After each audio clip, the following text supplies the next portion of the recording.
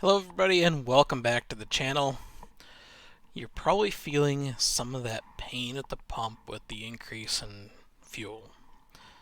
And clearly if you're watching the video, you're curious on what the numbers look like and what you can do and what the numbers actually show. And all these people are like, oh, do this or do that.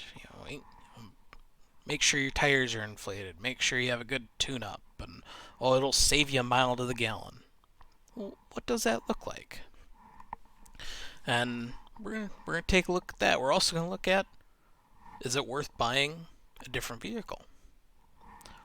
And then another part we're gonna look at what it looks like when the price increases, or if you change fuel economy drastically, and then we'll leave off at that. So we'll jump right in. What does it do when you increase your fuel economy? So the numbers that we're going to primarily start with are based off my own vehicle, my own driving habits, and the national average of fuel for regular 87 octane gasoline. So 1,250 miles a month is kind of a good average, 15,000 miles a year. National average fuel, 4.33 a gallon, according to AAA. I know, good times. So my car, 2019 Fusion, all-wheel drive, 2-liter EcoBoost, lifetime average is around 24 and a half. So as you can see, current national average, we're looking at about $221 a month. What if I'm able to increase that by, like I said before, 1 mile per gallon? Well, we saved almost $9. I mean, it's not too bad. It's not drastic, but $9 is $9. Okay, so you do your tune-up, you make sure your tires are inflated correctly. You start driving a little bit more conservatively, not gunning the gas, not jumping on the brakes, driving maybe a little slower. So instead of doing 90 miles an hour, you're only doing 70. It's the little things. Let's say you're able to bump that up 27 and a half. Now we're at $24. And at the current gas prices, that's about a half a tank of gas. Not too shabby. So is it worth doing all those things? I'd say absolutely. Leave a couple minutes earlier, make sure your car's in good shape, and it'll help. I'm not saying it's going to be the perfect solution, but at least help you out a little bit. Now, obviously, these numbers can have drastic swings. Like if instead of 4.33 a gallon, you are the unfortunate in California, which is an average of 5.72. It goes up about $7 saved. Not, it's still something, is what I'm trying to say. Or if you drive a whole lot, like instead of 1,250 miles, now you drive 2,500 miles. Well, now that's a full tank, or close to $50 a month. It makes a difference. Let's even just say you drive the average. Instead of a vehicle that gets 24 miles a gallon, yours only gets 15. So you're at 15 miles a gallon. So right now you're paying about $3.60. Say you get that same 3 miles to the gallon increase. $60. $60 is $60. That's probably most of a tank for whatever vehicle. I'm not saying it's a full tank because those tanks can get big, but that's kind of where you're at. So the next thing, what does it look like when the price goes up? So again, using 1,250 miles, 24 and a half miles to the gallon, The $2.83, again coming from AAA, as the year ago average.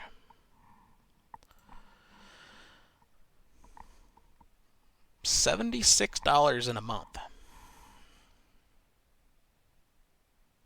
So that's assuming the 24 and a half. So if I was getting 24 and a half miles to the gallon last year, to have the same effect, so let's just go back 24 and a half, I would need probably 28 miles to the gallon. Oh, actually, no, that's still not there.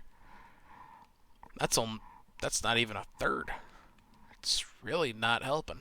So yeah, the pain at the pump is real. Now, one thing that some people should consider, and I've heard this argument a few times where they say, I'm okay with paying an extra buck or so for, X reason.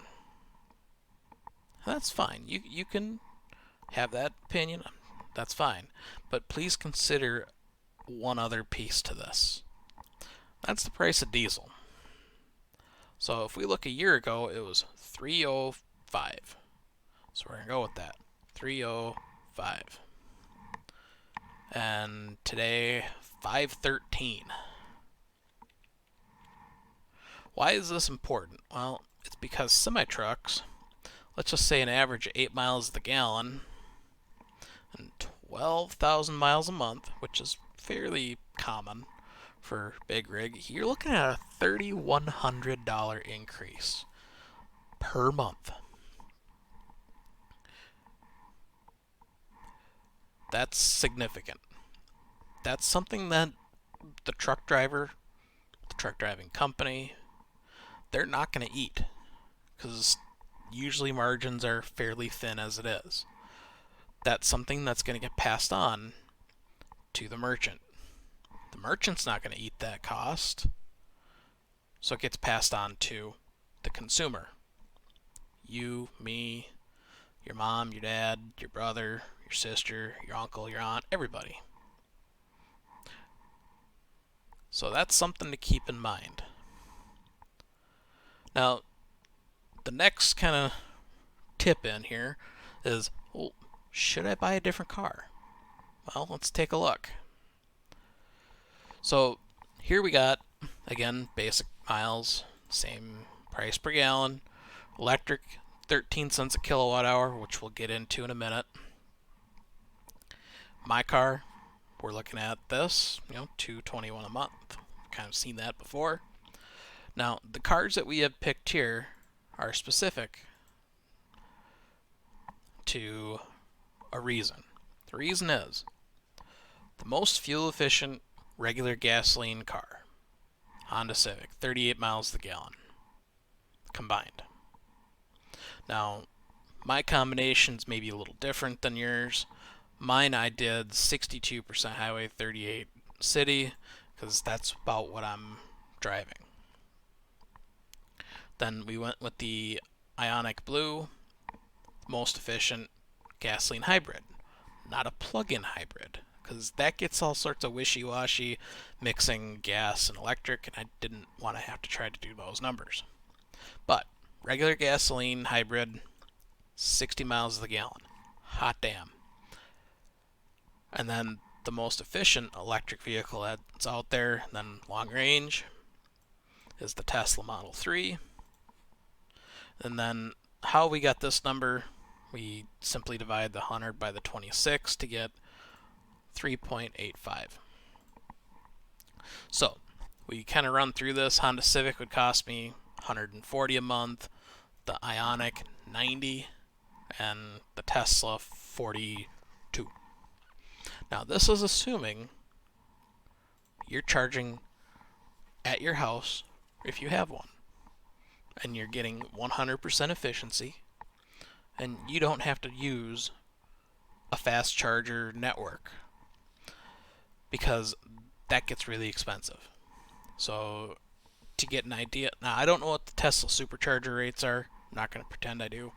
The only one that I've seen is the Electrify America one, and that can be anywhere between 31 and like 43 cents. And in my area, it was 43 cents. So, and this is all assuming the most efficient car. Let's just take a look at something that's maybe not quite as efficient.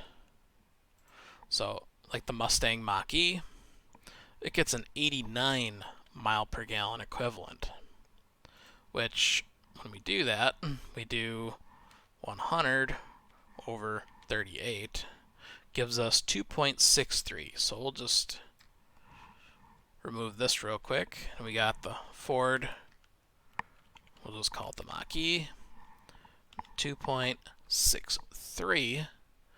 Now you see it costs an extra 20 bucks. That's assuming you can charge it at home. If you use Electrify America and you have the subscription for their Premium Plus or whatever the heck it's called, it's 31 cents per kilowatt. Well, if you'll notice, all of a sudden, it's not the cheapest vehicle to use. It's saving about $73 a month when the Civic saves $78. Now, if you don't have that premium subscription, that's 43 cents a kilowatt hour. You're not even saving compared to my Fusion. I mean, 16 bucks. I mean, we could do that with just a little bit of increased fuel economy. So you're really not saving anything. So keep that all in mind. Now, the other part of this to keep also in mind is what condition is your car in? Like mine, it's a 2019. It's paid for. It makes 0 cents for me to buy a different car just to get a little bit better gas mileage. Even if I look at this Hyundai Ioniq Blue, 130 a month, it's not worth it because I have to buy that other car and have potentially still have a payment. Because if you look, that car has a sticker price starting at 24 grand. Now, granted, I could probably trade mine and get decent, but still the fact that if your car is not, let's say it's not as new or low miles, it may not be worth it because then you'll have a payment and you're not going to make up that 130 a month. Now, it could be different if you have to drive further, which we can definitely look. I mean, let's say 2,500 miles. If your payment is less than $260 a month at the current gas price, it might be worth it. Just saying. And as you can see, if we're doing that, that certainly doesn't save you anything. But even like the Honda Civic, I mean, it's $150 a month. And let's face it, Honda Civic is the same boat. I mean, you're talking mid-20s. So if you are in a spot where you're looking to buy a new car, where you were already going to, or you already have a payment on yours, but you can essentially trade and maybe trade up. If your payment is less than the difference, sure. But it's one of those things that you want to make sure you're doing the math on it. And the math is fairly easy. I mean, you're just taking how much you spend now versus how much it could cost you with the different car, and if there's a difference. And I'm going to help you guys with that a little bit. I'm going to put this up so you can take a screenshot, jot down notes if you want. So this is again assuming 1,250 miles a month, and you can see gas prices between $2.25 and $8, and fuel economy between 16 and 50. So you can kind of pick where your car is at now, and if you're maybe looking at a different car, what that would look like. So let's just say an example. Now, obviously the Ioniq, if you're getting 60, it's beyond the number here. But let's just say you have a half-ton pickup truck, you're getting 16 miles to the gallon, and average fuel is $4.25. So you're looking at $330 a month for gas. And let's say you decide, screw it, I'm fine with a Honda Civic. Goes down to 140. So definitely a difference there. Or if you get like a Prius or something, you can get deep into the 40s. Now, if you drive a lot of highway, you might get better than that 38. You might get 40 or 45, depending. So, again, I'll keep this up for a little bit so you can screenshot, take notes, whatever. But this hopefully gives you an idea. I didn't want to have to bring it up to $8 a gallon, but let's face it, some of y'all in California have some silly gas prices, and I've seen those that you're at that point already, which means other places might be following shortly. So it's one of those deals. But hopefully this information helps. If it did help, hit the like button. Let me know that it helped you. Leave a comment if you have anything to say about it. And if it didn't help you whatsoever, and you feel stupider because of listening to me, go ahead, hit the dislike. I don't care. It's not going to hurt my feelings. I know YouTube doesn't want to show you the dislike, but whatever. If it didn't help you, it didn't help you. I'll even put a comment on there saying how many dislikes it has. It doesn't hurt my feelings. But that's pretty much it, folks. Hope you have a great rest of your day, and we'll just leave it right there. Thanks for watching. Bye now.